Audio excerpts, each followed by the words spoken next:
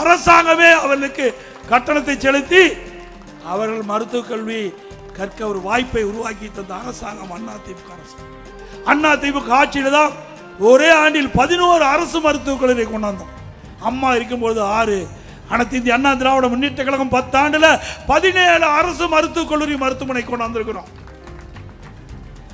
அதே போல 67 கலை மற்றும் அறிவியல் கல்லூரி கொண்டு வந்து ஏழை எளிய குடும்பத்திலே பிறந்த மாணவ மாணவி குறைந்த கட்டணத்திலே பட்டப்படிப்பு படிக்கக்கூடிய சூழ்நிலையை உருவாக்கி தந்த அரசாங்கம் அதிமுக அரசாங்கம்.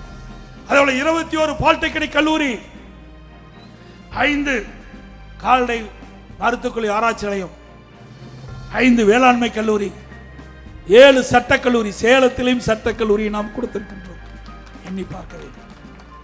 இப்படி அதிகமான கல்லூரியை திறந்ததின் விளைவு கிராமத்திலிருந்து நகரம் வரை ஏழை குடும்பத்தில் பிறந்த மாணவனை குறைந்த கட்டணத்திலே பட்ட படிப்பு படிக்க சூழலை உருவாக்கி தந்தோம்.